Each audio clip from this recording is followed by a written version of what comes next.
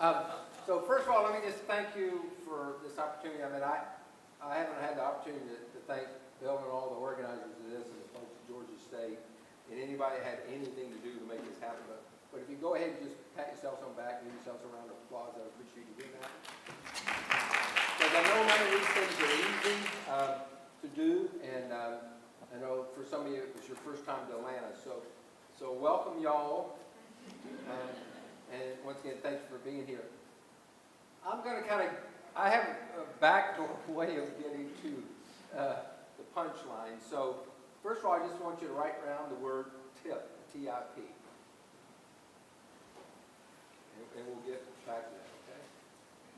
And then it's going to be real hard for me to stay focused because there is a dog in front of me with its feet crossed. And it's just real cute.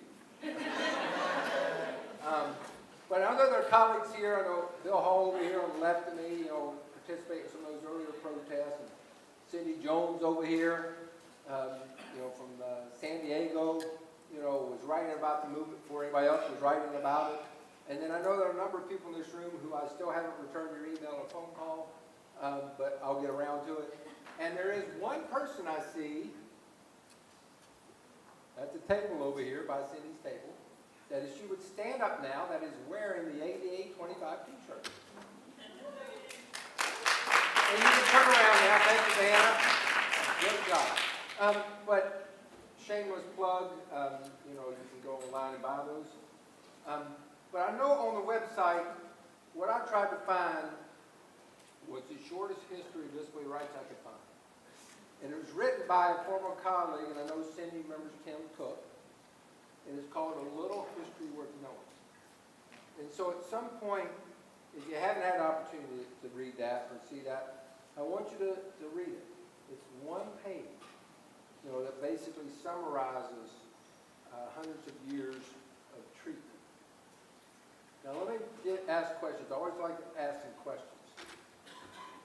Since the bus was here, and since I just referenced the shirt, and I just referenced ADA 25, what is happening on July 26th this year here in the States? 25th anniversary of American Citizens Act.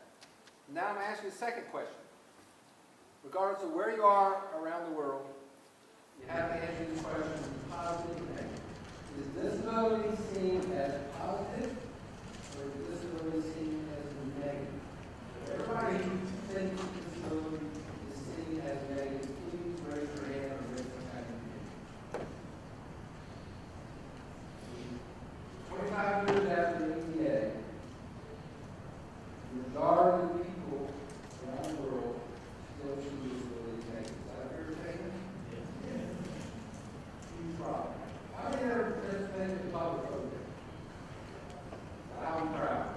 How many been arrested?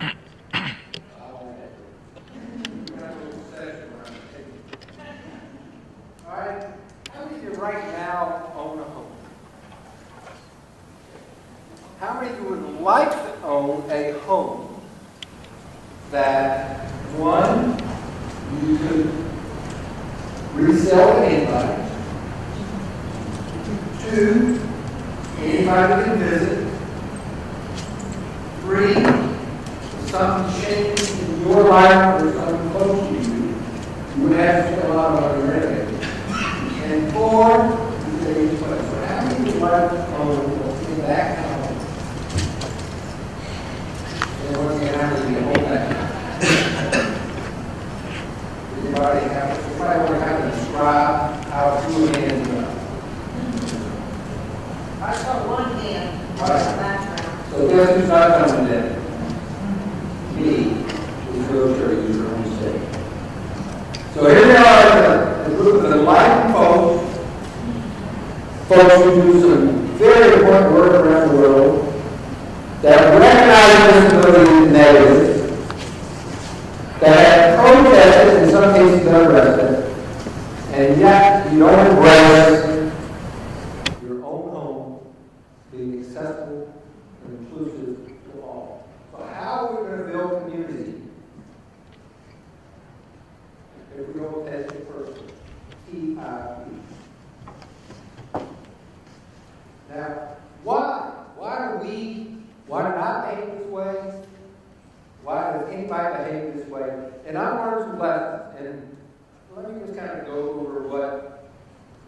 my personal experience has been, some is shamelessly plugging in my book. But let's talk about garbage. Okay? First of all, from the day we're born, we're told to be nice. Especially if you live in this state, in this region. From the day we're born, we're told to be nice. We're told that it's not all right to be different. You know, you open up a magazine, you turn your newspaper, you look on TV, it tells you what kind of clothes you ought to wear, and what kind of haircut you ought to have, and what kind of house you ought to live in, what kind of car you ought to drive. And so, in essence, the message isn't about being different. We're told someone else knows what's best. I keep opening doors all over, everywhere I go, in the closet I can, all over the place, and I cannot find who that someone else is. But the fact is, we're told that someone else knows what's best. I know it sounds still a problem.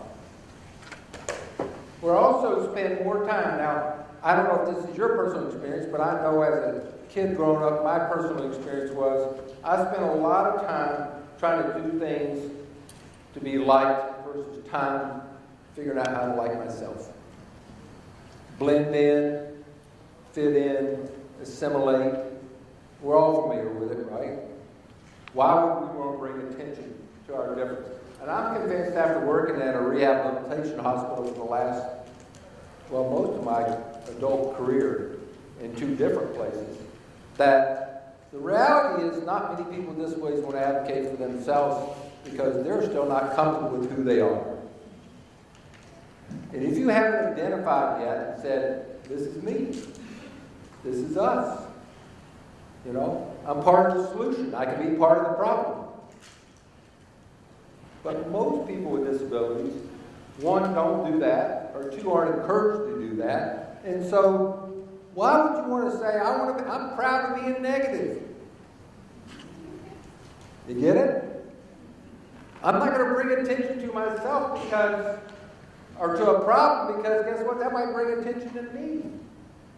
And if I'm not comfortable with me, so you understand the problem we have? This garbage we stand, all of us experience this garbage. So what's the consequence? What's the consequence of carrying that garbage around? Change takes forever. And ever. Or a long, long time. That's what happens. So now what are the lessons? What has disability taught me? I've learned that disability is no big deal. It happens daily. Birth, disease, injury, whatever. It happens daily. So how could it be a big deal?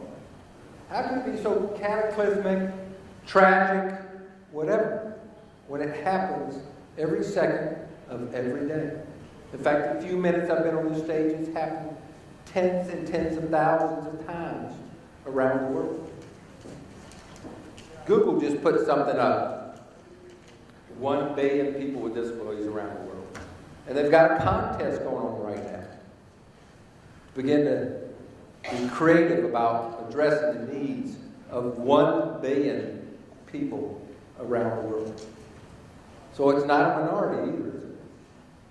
I mean, how many here are willing to self-identify as a person with disability? Raise your hand. Be proud. Who are you? Some are obvious, some aren't. How many have had a family member?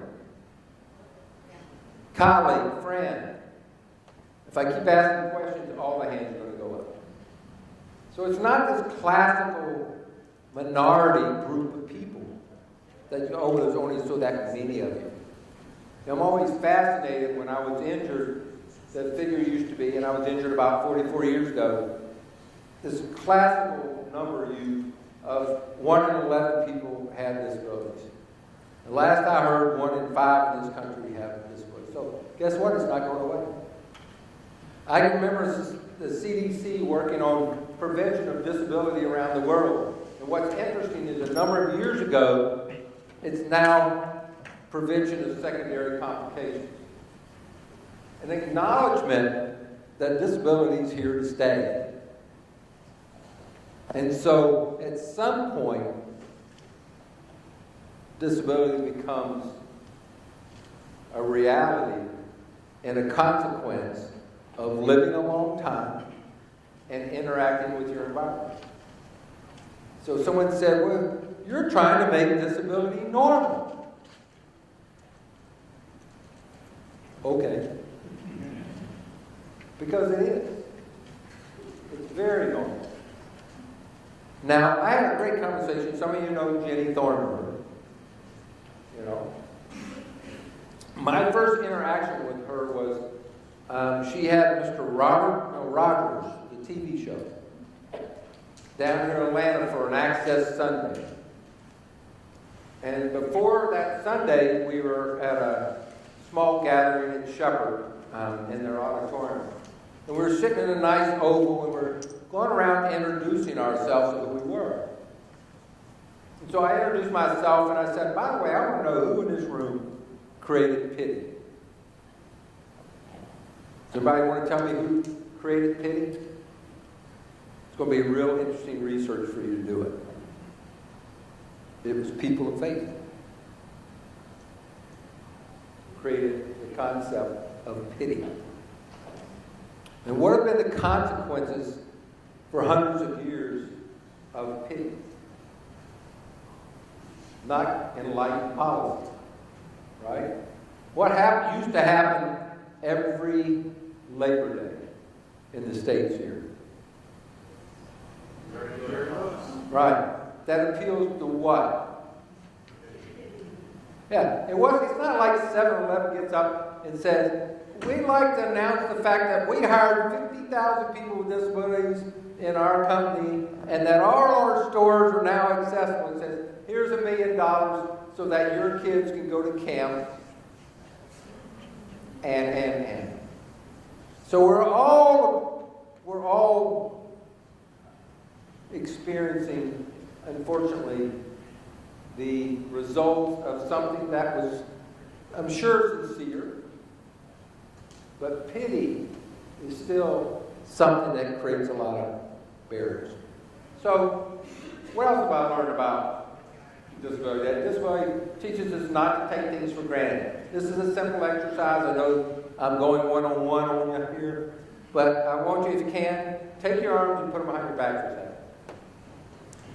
Now, I want you to think about everything you've done today with your arm, your hands, and your fingers. Just yell it out. I may not hear it, but yell it out. Everything you've done with your hands and fingers.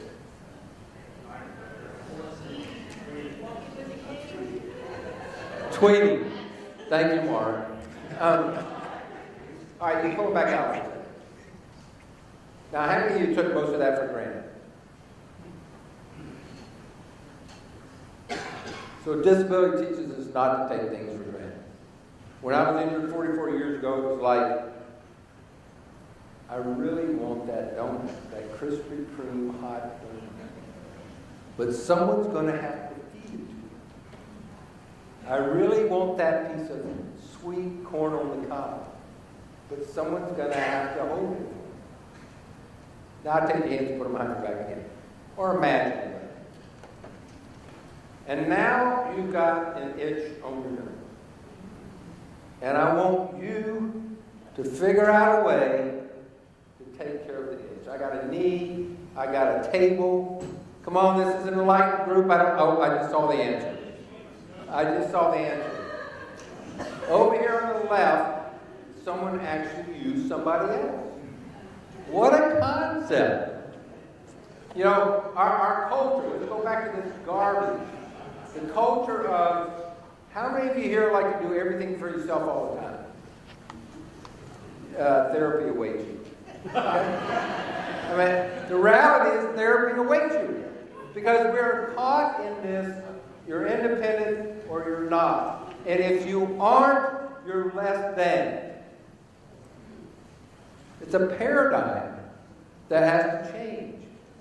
And by coming over here, now you didn't ask for permission, or you didn't wipe your nose first, but I'm so glad you accessed the most logical resource that any of us can access, and that's each other.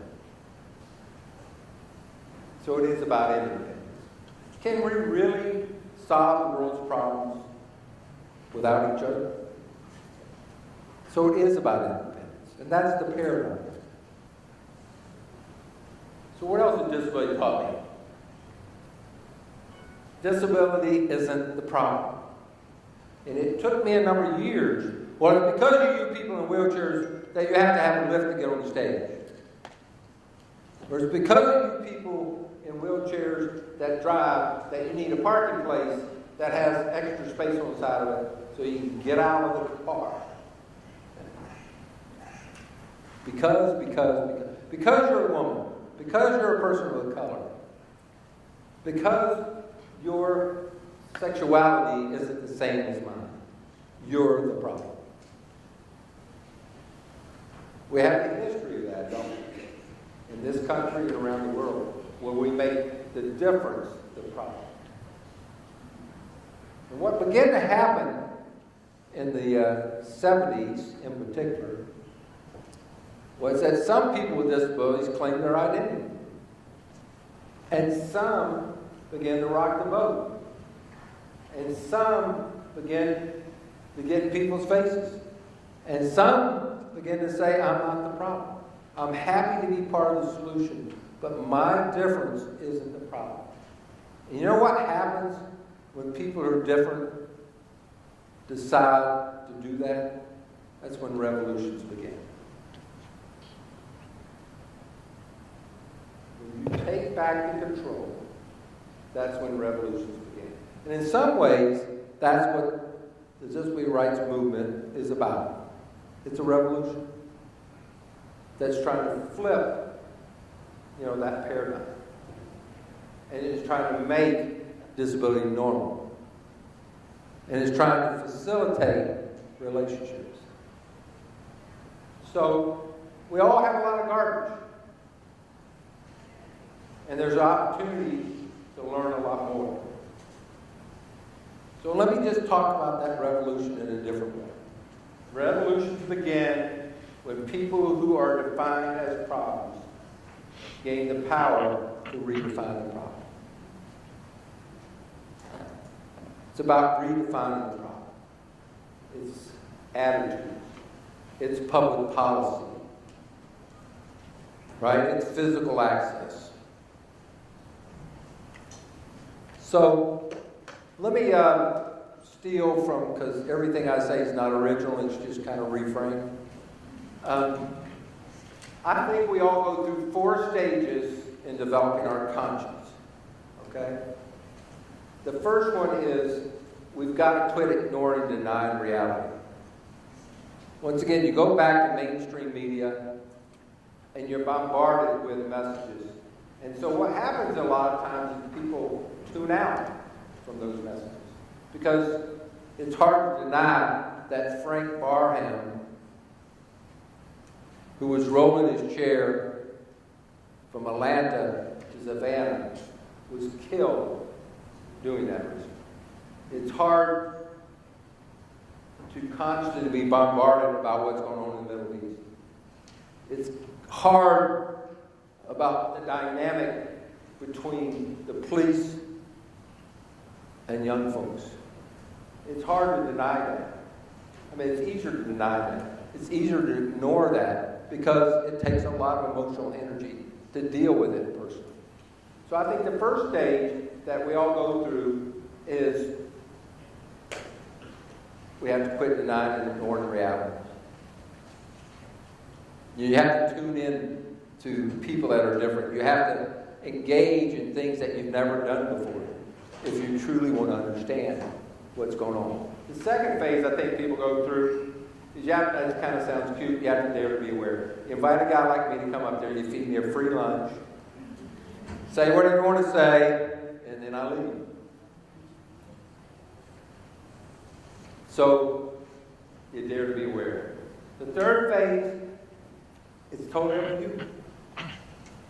You go beyond awareness. Remind me what that bathroom here looks like from the standpoint of access. How did I get on this stage? Where's the closest accessible parking place? What's on the end of sidewalks, corners around here? Might it be curb cuts? How many of us go beyond awareness into that? And then how many of you might go out to eat tonight? And if you go out to eat tonight, will you observe these things? How would Mark or someone in a chair get in here? Where might they sit? When they go in the bathroom, might they see something other than the top of their head? Might they actually be able to use the bathroom stall? And am I going to patronize this place and give them my money if they're not willing to change? That's the beyond awareness. You know, I can encourage you to quit ignoring and denying reality. I can dare you to be aware. But it's up to you if you want to go beyond it. And then most importantly, will you decide to take it personally? Because that's the final. Manager, I just noticed when I parked my car out here that I didn't see any designated parking places. And by the way, I just heard this guy down at Georgia State, and I'm wondering how he would get up on the sidewalk. And by the way, all you have in here is booths in the restaurant. So where might someone in a chair sit? And depending on the attitude you might get from that manager, like, well, we've never had anybody like that come in here.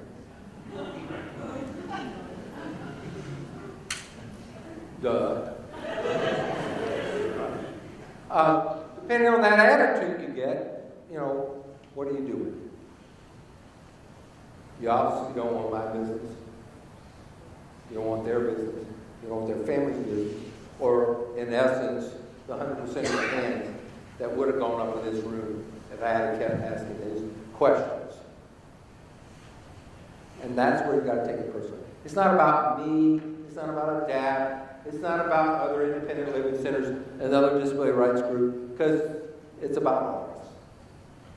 So in 10 years, when somebody asks that question about that house, gosh, I hope more hands go up.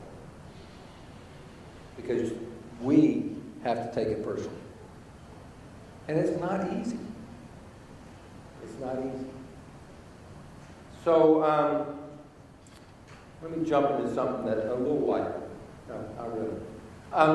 What prevents us from taking it personally? First of all, poverty. You know, isolation. And a lot of times we don't know what we want. I was talking to someone out here in the hallway. I remember in those 83 to 90 years, and Cindy probably remembers this, there were people who were critical of ADAPT, not necessarily just because of its tactics, but because we were asking for every bus bought going forward would be accessible. And we had our own colleagues in our community going, but then I will lose paratransit. And then we had colleagues in our community saying, we'll never get everyone. Let's settle on every other. Well, I know what I want. And as a taxpayer, I want to be able to get on every bus like anybody else. As crappy as the public systems may be, I still wanted to be able to access it. Right? So you have to be clear on what you want. And you got to be willing to do what it takes. Now, my parents did a great job of raising me, I think. My mom's 90, she still claims me. But you know, they protected me and they sheltered me. You know? When I was in high school, it was the first year of bus, mandatory bus. But I had very little conscience. When I was a freshman in college, you know, I was going across East Carolina University's campus in Greenville, North Carolina, and I was headed to the local, it's called the Elbow Room. Anybody want to know what I was going to go do? I was going to the Elbow Room to eat my salty popcorn and drink a pitcher of beer. And we were going through campus and we saw this big pile of garbage. And of course, we saw a lot of young, attractive students there. So we thought we'd be over there and be cool about, you know, Well, what do you got over here? Well, it was the first Earth Day. So you can tell you how enlightened I wasn't. You know, by the fact that by the time I got to college, I didn't even know what was going on my own campus. Because my priorities were somewhere else. And I wasn't observing. I was just ignoring reality. And then obviously, as a sophomore in college, I dove into a shallow quarry and came up different. And I couldn't deny and ignore it anymore. Now, I could have passed, I could have assimilated, but it didn't feel right and it didn't feel good. Because I knew I was different and I was okay with being different. So there are barriers out there. That whole barrier of disability is still seen as negative. The whole barrier of poverty. Most people with disabilities around the world don't work. What does that translate into? Poverty. If you're poor, you're probably isolated in so many different ways. And we still aren't clear on what we want. Do you want front door or back door? Did Rosa want to sit in the back of the bus or the front of the bus? Do people with disabilities want to get on the bus or not? Or be picked up in special vans for them? You have to decide what you want. And you got to be able to do anything to get it. Now, let me give you some examples of tips that hopefully show how easy it is. My daughter's 31 now, married, settling into Greenville, South Carolina. And she was in daycare at this time. And we're sitting at the breakfast table, and she's clearly anxious about the day. And I'm going, well, you appear to be a little anxious and restless. What's going on? Well, I'm supposed to bring something to show and tell today, and I can't decide what it is. And when I said, well, what's your backup plan? She said, would you go? Well, what are you... I know where you're going with this. You want me to take my lift-equipped van to your daycare, and you want me to give rides to every kid until the battery is dead. Well, no, I was thinking you could get in your power chair today, and I was thinking you could pull them around the back of my chair like you pull me. I said, oh, so now it's about me getting in my power chair so I can pull your friends around, and then we go out and go up and down on the van. So I go, okay, let me check the schedule, good, let's go. So we go, she introduced me to teacher, and she says, Dad, let's show them what I do. So, wax floor. She holds on her back. I go straight ahead. I turn right, she lets go, she spins across the floor. Every kid wants to do it. Mortified the teachers. Mortified. I said, that's all right, I'll sign a release form. We're good. Or maybe we should have sent permission forms home to parents ahead. Well, Dad, let's go out and show them the van. So we go up and down and up and down. And everybody wants to know about the hand controls. Everybody wants to know about all this stuff. Cool, we come back in, and the teacher says, thank you, Mr. Johnson. They're sweating. We can't wait till you leave. But thanks for coming. And I go, well, I want to ask you one other question. Do you still sing that nursery rhyme about buses? Anybody want to tell me what that is? The wheels. What does the lift on the bus do? They sing that song differently at that daycare. That's how easy it can be.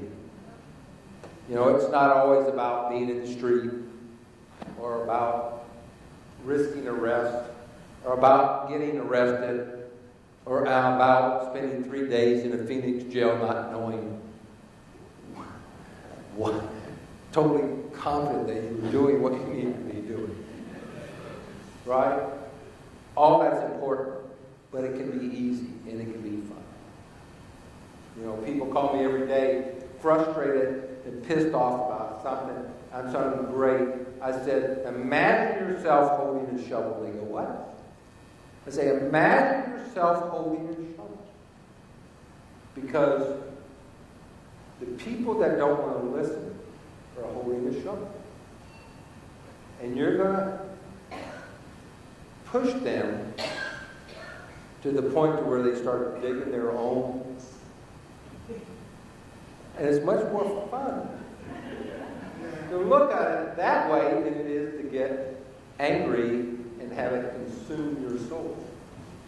I didn't say don't be passionate. I didn't say don't be righteous. But don't let it eat your soul. Just hand them the shovel and let them dig. Because we know we're right. Right? Another idea. So, where's my technical assistant here who can turn this on for me? About 2.5 years ago, as Bill alluded to, a group of us came together and said, you know what? Most of our own community doesn't know about our history, much less the public. Part of the reason is we don't preserve our own content, and if you don't preserve content, you'll never be able to tell the story. So we sat around the room for a couple days and came up with a concept and a project we call the Legacy Project. The ADA Legacy Project, which is Preserve, Celebrate, Educate. It's a website now. It's a tour around the country. There's a ADA 25 publication now. Every day I find out about people doing neat stuff. And so this woman that I've only had an online experience with, meaning communication back and forth, she says, Mark, I would like to create a public service announcement. So I know there are people in here who visually impaired, so I'm going to be interested in whether she did a good job of providing this short PSA in accessible formats. Coming July 2015, Protesters in front of us, we demanded access. marching that we shall overcome. We pushed for civil rights. We climbed the Capitol steps. And then on July 26, 1990, it was signed. President Bush signed the Americans with Disabilities Act. Celebrating 25 years of the ADA. Graphic red, white, and blue ADA 25 logo. ADA Freedom Bus at Ed Roberts campus. Join in the celebration. www.adalegacy.com. U.S. Capitol Zone behind disability. Nothing about us without us. So people are just people are creating things every day, to try to build awareness about this anniversary and build some momentum for it. So I'm going to ask you that one more question. How many of you have plans for July 26th? Not enough. I know what Maggie's are. It's a mass where? St. Anne's Parish in Marietta here with Bishop Tower. And if you notice, we all know, and Bill knows this, was, ADA doesn't cover places of worship. Some state building codes cover places of worship. But there's a moral imperative for the faith community to be involved in the anniversary. And you have a resource page for that, you have tools for that, and you have the ultimate opportunity in some places of worship, because the 26 falls on a Sunday. Is that what you said? And a build up to that. So I would just encourage you to be involved. I'd also encourage you to do a very simple thing. How many of you on Facebook? Like the ADA Legacy Project, okay? Facebook.com/ADA Legacy. You will become 3,047 if you do it right now. Or 48, or 49. But the reality is there's 50 plus million Americans with disabilities in this country. And we all were probably brought here by 2 other people. So there's a lot of us out there, so good grief, we ought to be able to get 25,000 likes by July 26th, I think. I'll settle for 5. But the reality is, not enough of us are engaged. And I just encourage you to be engaged. How many of you, I know you haven't had many opportunities here, and I know some of you are staying tonight, and maybe stay through the weekend, but how many have been to the new Center for Civil Human Rights here in Atlanta? What did you notice? First floor, King Papers, ADA 25 photos. Second floor, the movement, Greensboro Lunch Counter, bombing in Birmingham, March on Washington, assassination, right? All on the third floor, Human Rights Gallery, human trafficking, girls and women, disability rights, and other movements. So it goes from person to movement that set the stage for movements around the world. So then when you exit that Human Rights Gallery, it's a really neat kind of rotunda thing where you're getting bombarded by individuals with drum sound. And you're reminded it's about people. And it's a reminder that it's about people who took it personally, who took risk. Some gave their lives to make a difference. And that's really what it's about.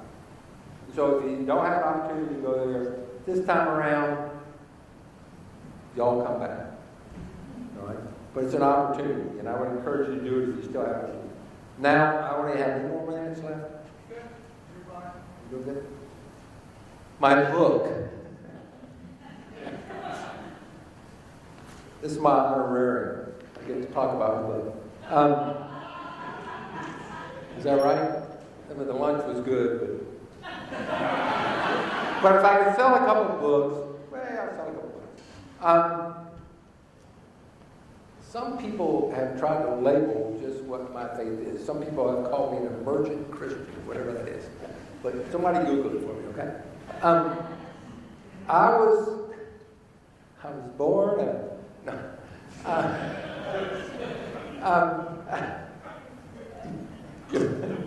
You're laughing. And you're going to make me laugh, okay? That dog's got I'm crossing his feet, okay? It's driving me crazy. She or he did, okay. Now, my parents, once again, did a great job, and they brought me up in the Presbyterian Church, Presbyterian USA. So I sat in the back a lot, and some of you understand that. And, I went to, Bible school. Of course, my greatest memory of that is that's how I learned to put my coat on. You lay it down on the ground, backwards, upside down, put your arms in. And I didn't realize that, years later, after I got injured, that's the way I went out. I had to put my coat on. I had a pretty simple introduction to faith in the beginning. And as my book talks about, my entire family had its, moments with the faith community. During the civil rights movement, one of the ministers got up and said something, and my parents walked and left the church. They started another one, and then the issue was starting a school and having the school be integrated, and they walked on the church. So they had a lot of experience, and then I get injured. And my dad goes, "What did I do wrong?" And we all know that scenario. Why did this happen to my son? I've served you, I. So there's an interesting evolution of my own personal faith and the faith of my family. And so, I didn't have a whole lot of involvement after my injury with organized or a brick and mortar place. And so I went along and kept kind of dibbling and dabbling, and after my injury I went to the only crusade Billy Graham ever did in his hometown of Charlotte, North Carolina. So I kind of had that experience. And then, I got married, and my wife and I and family went down to Florida on our way back. We stopped at a fruit stand, and it's one of those fruit stands where, it's there 1 month and gone the next. And my wife says, "Hey, honey, you got any money?" And she grabs my wallet, and take some cash out of it. I get back in the car, and I'm driving back to Atlanta. I get back to Atlanta and say, honey, you still got my wallet? She went, oh, whoa. She left my wallet in the camera. So I do all that stuff you have to do when you lose your ID and everything. And months later, my wallet comes back to me. Everything intact, with a short letter introducing me to Daily Word, which is published by in Unity Village, Missouri. In fact, on my 60th birthday, that was my present to myself, to go stay on that campus. So I've had a mix of experiences before my injury and since my injury with my family and friends of my family. And I think I've figured it out. I've been injured 44 years, and a little over 6 years ago on Valentine's Day, well actually the day before Valentine's Day, I decided to work from my house. And I had this sharp spasm in my abdomen. And I self-diagnosed, oh, it must be a urinary tract infection. Start taking some antibiotics or something. Didn't help a lot. Went to bed, got back up. Went back to bed, started throwing up about midnight before Valentine's Day. And by early that morning, I was in the emergency room, diagnosed with a ruptured appendix. And rushed off to surgery. And as any of you know that you've had anything like that in your life happen, whether at my age 19 or whether it was 6 years ago, that your world slows down. And you have the opportunity to listen. And so I had a vision. And I called the nurse one night and said, is my bed moving? No, Mr. Johnson, your bed's not moving. Well, I keep seeing things. So I kind of just turned that off based on the response of the nurse. Like, okay, I'm not sure what's going on. Next night, same thing happens. I'm having this vision. I'm saying it on purpose because I'm not going to tell you what it was. But what I'm going to tell you is it told me clearly some things to do. And one of them was to tell my story. And one of them was to create our legacy project. Didn't know what the name was. And there are a couple other things. So I then called my friend, because I'm not a guy who can really quote scripture. I can tell you something that happened, and I can make some vague references, but I really can't tell you new or old or.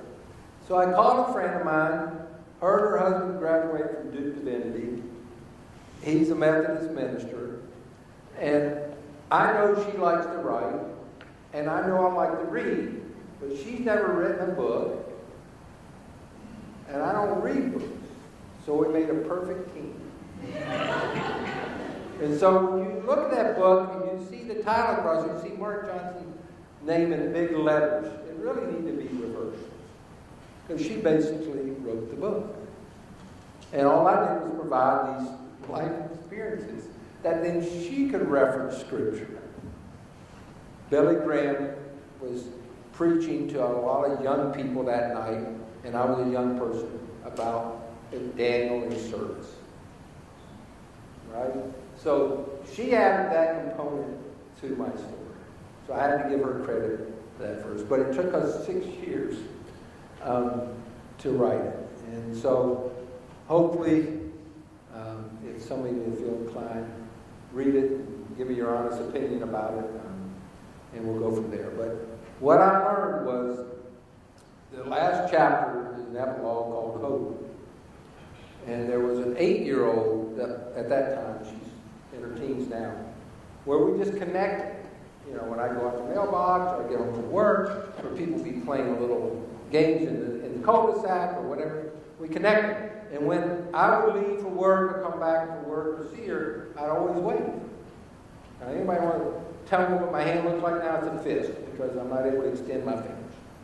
And she always waited me that way. So she sends me a get well card, 8-year-old image of a guy in a chair waving with his fist, right? Circled in a heart. And at the bottom it says, get well soon. And she started writing the word sincerely. And it's crossed through. And when Kristen asked her, what were you going to write? She said, sincerely. But she said, Kristen said, but you wrote love, Mark. And when she was asked, well, why do you write love? She said, because love is easy. And so over the years, I began to realize love is easy. And the reason the book is named I Love Today is because my dad's favorite quote was, I'm not afraid of tomorrow, for I've seen yesterday, and I love today. So what I did is, my niece was the first one to send me a get well card. And it was a virtual get well card. And it was a heart in the sand. It said, get well soon. So when I thought about my niece's get well card, and I thought about Jamie's get well card, and I thought about my quote, that's why you have the image on the cover of I Love Today written in the heart in the sand. And a lot of us know the significance of the sand. So I just hope you'll take your way through that process. I hope you'll take it personally. I hope you keep doing what you're doing and just do more of it. And once again, I hope that in 10 years, more hands go up. Well, excuse me, more of you can have me to dinner. All right, I think that's pretty much it.